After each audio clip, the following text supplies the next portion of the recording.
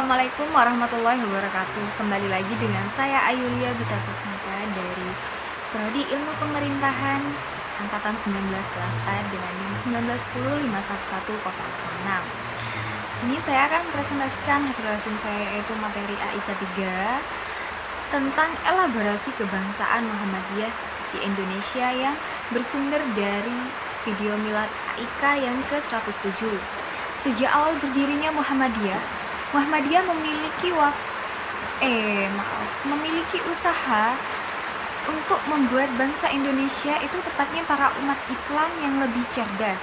Kecerdasan yang dimaksud tadi itu adalah tentang kecerdasan moral dan intelektual, dan tak luput dari kecerdasan sosial. Dari sini, Muhammadiyah merintis pergerakan yang tujuannya mencerdaskan bangsa dan umat Muslim. Pada saat itu, Islam itu mengalami penjajahan, yaitu dijajah oleh agama lain dengan kurun waktu yang tidak singkat, yaitu kurang lebih 3.500 tahun, yang menyebabkan bangsa Indonesia itu menjadi bangsa tertinggal baik secara sosial dan pendidikan maupun secara ekonomi.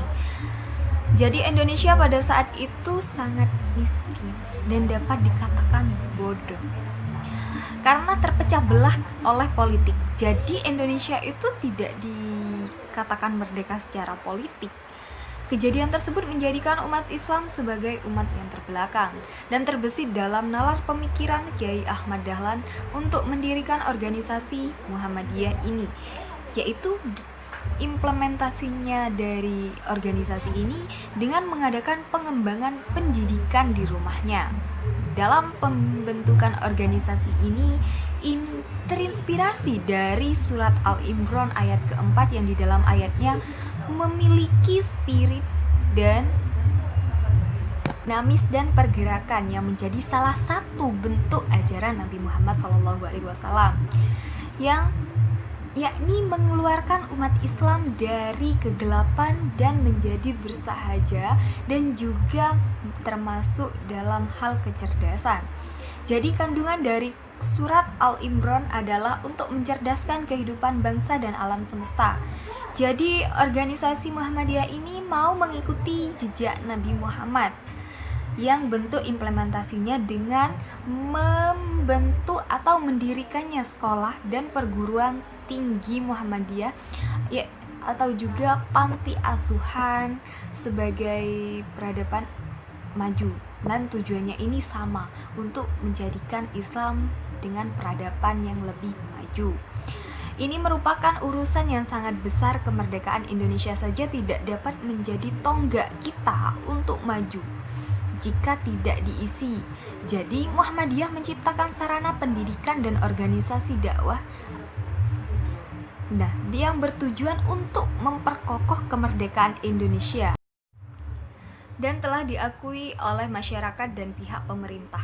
Serta dalam organisasi Muhammadiyah ini juga banyak tokoh-tokoh seperti Kiai Ahmad Dahlan, dan ada juga Nyai Walidah atau istri Kiai Ahmad Dahlan, yang menjadi satu-satunya tokoh wanita yang berpidato pada muktamar, yang berpidato di depan banyak laki-laki. Bukan hanya banyak, tapi memang laki-laki semua di sana. Kemudian ada juga tokoh wanita yang mempelopori Kongres Perempuan pertama pada tahun 1928 bersama dengan tokoh nasional, yaitu tokoh wanita yang bernama Muhyiddinah dan Siti Munjiah, yang pada saat itu susah untuk menemukan wanita yang pandai seperti beliau. Namun kemudian lahir dua tokoh yang memberi warna, dan masih banyak lagi tokoh yang berjasa pada Muhammadiyah.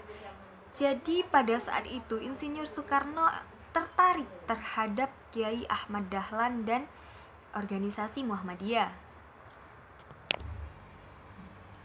karena telah mengajarkan Islam yang progresif dan Islam yang berkemajuan, yang termasuk dalam Islam cerdas dan mencerdaskan, sampai resmi menjadi anggota Muhammadiyah pada tahun 1930, pada saat dia dibuang di daerah Bengkulu dan menjadi pimpinan Majelis Pendidikan dan pimpinan pengajaran Muhammadiyah. Lalu usaha Muhammadiyah dalam mencerdaskan kehidupan bangsa dan apa yang harus kita lakukan sebagai kader. Yang harus kita lakukan sebagai kader adalah memahami Islam yang luas dan Islam yang mendalam, dan agama yang berkemajuan. Dan dalam memahami Islam yang luas ada 3, yaitu Baryani dengan cara teks atau membaca. Yang kedua adalah Burhani dengan pemikiran-pemikiran dan ilmu yang luas. Yang ketiga Irfani dengan pendekatan akhlak dan insan secara spiritual, dan kita harus menjadi penggerak perubahan yang mencerdaskan dengan membangun pusat kemajuan dan harus memiliki peran kemasyarakatan. Sekian dari presentasi saya. Wassalamualaikum warahmatullahi wabarakatuh.